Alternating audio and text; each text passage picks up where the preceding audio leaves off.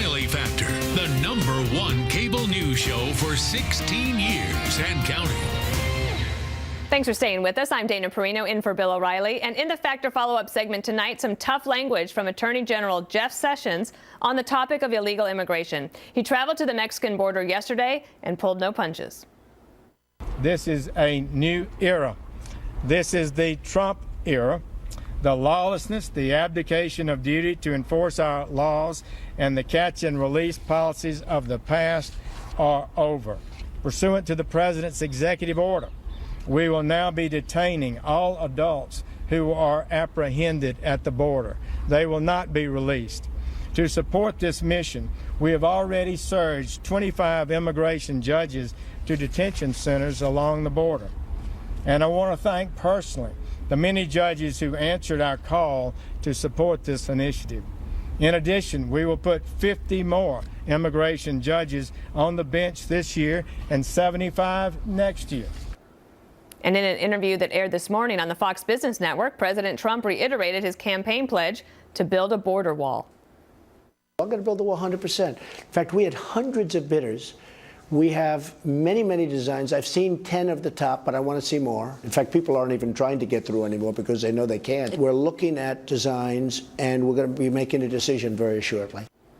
Joining us from Washington is Democratic strategist and former Missouri State Representative Don Calloway, and here in New York, Alfonso Aguilar, president of the Latino Partnership for Conservative Principles. So it's great to have you both. Let me ask you, Alfonso, why do you like this move?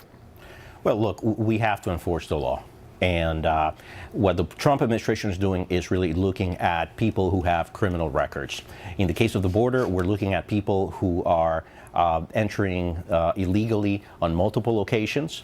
And I think it makes sense. In terms of fencing, we have to extend fencing. And ironically, by putting in place immigration enforcement measures, by extending and guaranteeing border security, we're going to be in an environment where perhaps we could get immigration reform.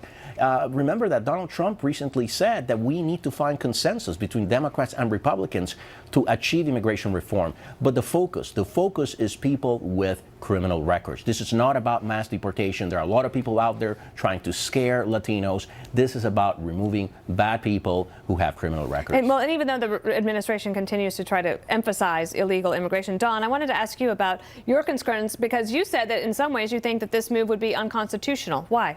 Oh, it will absolutely be unconstitutional, Dana. Let's look at what we're fundamentally talking about here. We're not talking about Canadian immigrants from our northern borders, nor immigrants from Europe, Africa, or even the Caribbean. This is very specifically a decision made to target Latin American immigration at our southern border. And that's the fundamental basis of the probable unconstitutionality here. What we're going to see is Latin American immigrants specifically targeted by ICE agents and specifically enforced at the border in a way that we won't see happening from immigrants from anywhere else in the world who want to come into this country. And that is a fundamental denial of the Equal Protection Clause, which, applies, wait a second, Mr. Aguilar, which applies to not only United States citizens, but all living within our borders. And the problem is the predictable disparity in enforcement here, which we're going to see from the Trump administration. So the only question here is not when this will be invalidated. It's a procedural matter of will it happen on the front end as a matter of preemptiveness with like a TRO, or will it happen on the back end when plaintiffs' advocates and immigration advocates file a suit. You think that that's wrong? Why? Well, look, no constitutional right is absolute.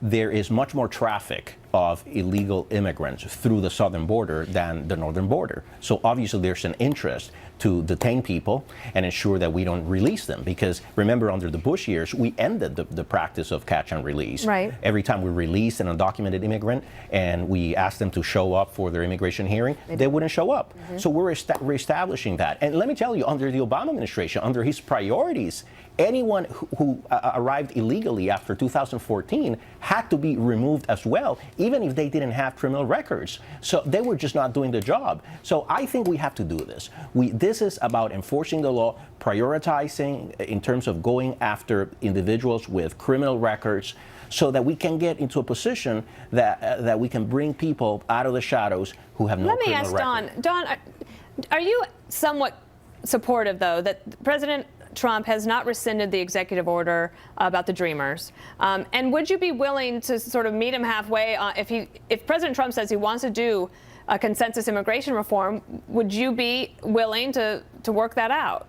I would love to see immigration reform, but the reality of the matter in D.C. right now is the same as it was a year ago. The House Freedom Caucus is not in a position that it's about to allow immigration reform. The Senate came to a very reasonable consensus on immigration reform, but there's been nothing in the Trump administration to even show that it supports the Rubio and the other Republican moderates. But look, but I want to go back to what you said a minute ago, Mr. Aguilar, all constitutional rights not being absolute. The problem here is the predictable, disparate enforcement that we will see from this policy. And the reality of the matter is, if you are an immigrant to this country and not from a Latin American country, you care about this crackdown about as much as a fish cares about an umbrella, which is to say you don't. Because the reality is that this is specifically targeted against Latin American immigrants from our southern border. The majority of undocumented immigrants are from Latin America. That's just a reality. If we're being intellectually honest about this, we cannot constitutionally single out one group of immigrants, and we will see that this majority of undocumented immigrants are. Let me give Alfonso the last word. Go ahead. Look, I am hopeful. I think that both parties have to find a way to achieve a consensus. Donald Trump has not rescinded DACA. He has said that he wants to find a solution, a legislative solution, to help the Dreamers, those who came here illegally when they're minors. Right?